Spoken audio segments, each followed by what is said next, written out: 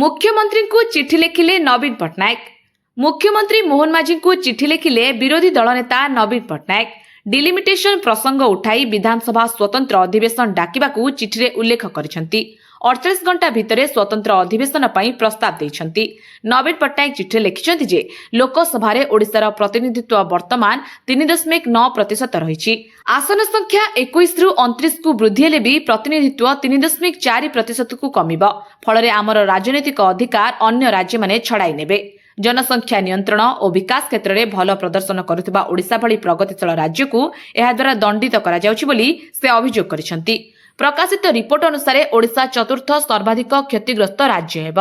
जनसंख्या वृद्धि मानव संपद विकास रे अग्रणी सत्वे प्रतिनिधित्व 15% कमिब। प्रकाशित रिपोर्ट अनुसार ओडिशा चतुर्थ सर्वाधिक क्षतिग्रस्त राज्य हेब। जनसंख्या वृद्धि मानव संपद विकास रे अग्रणी सत्वे प्रतिनिधित्व 15% कमिब।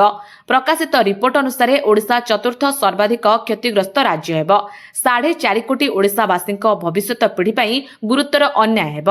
मात्र महिला संरक्षण बिल को बीजेडी स्वागत करुछि, हेले ओडिशार क्षमता को क्षुण्ण कराजिबा संघीय व्यवस्था विरोधी बोली नवीन पट्टनायक कहिसंती। ब्यूरो रिपोर्ट जननी टीवी।